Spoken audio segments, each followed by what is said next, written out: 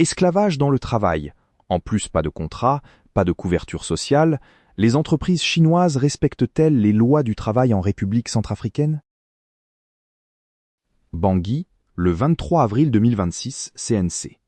Les normes qui encadrent les relations professionnelles varient d'un pays à l'autre, mais certains principes demeurent universels. Partout où une entreprise s'installe, elle doit théoriquement se conformer aux règles du territoire d'accueil. Mais pour les entreprises chinoises installées en Centrafrique, c'est tout le contraire. Le droit du travail centrafricain prévoit différentes formes d'engagement professionnel, le contrat journalier pour les missions ponctuelles, le contrat à durée déterminée pour les projets limités dans le temps, et le contrat à durée indéterminée pour les emplois permanents.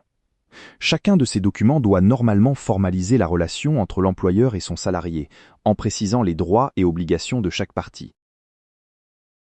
La couverture sociale constitue un élément central de cette relation contractuelle.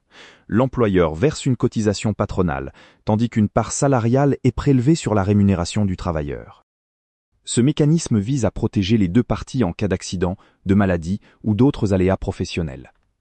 Sans cette protection, le salarié se retrouve seul face aux dangers inhérents à son activité.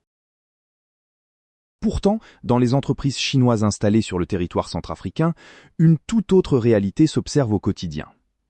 Les travailleurs recrutés ne reçoivent aucun contrat écrit.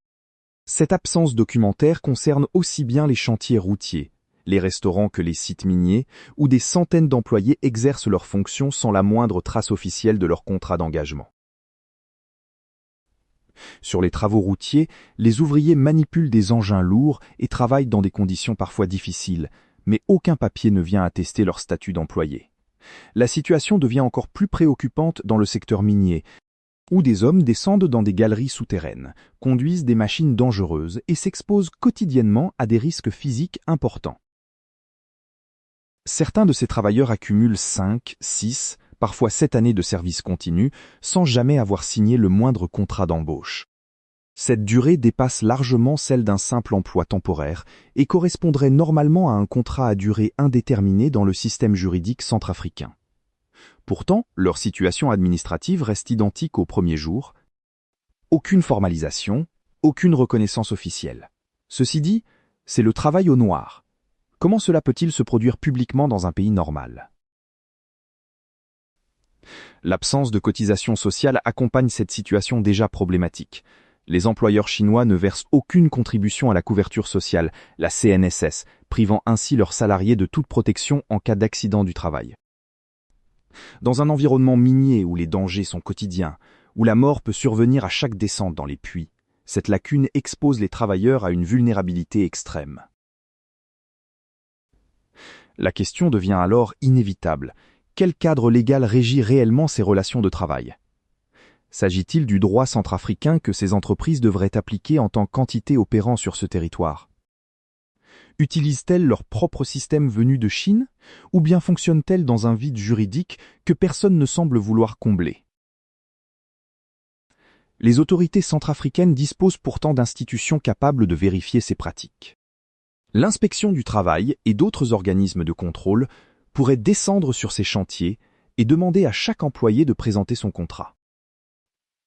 L'ambassade de Chine elle-même pourrait enquêter auprès des entreprises de son pays pour s'assurer du respect des normes nationales, au lieu de s'attaquer pathétiquement et simplement à CNC.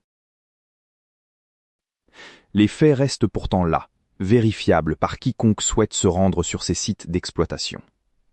Des centaines de Centrafricains travaillent chaque jour dans ces conditions, sans protection juridique ni sociale, accumulant les années de service sans jamais obtenir la reconnaissance formelle de leur statut d'employé.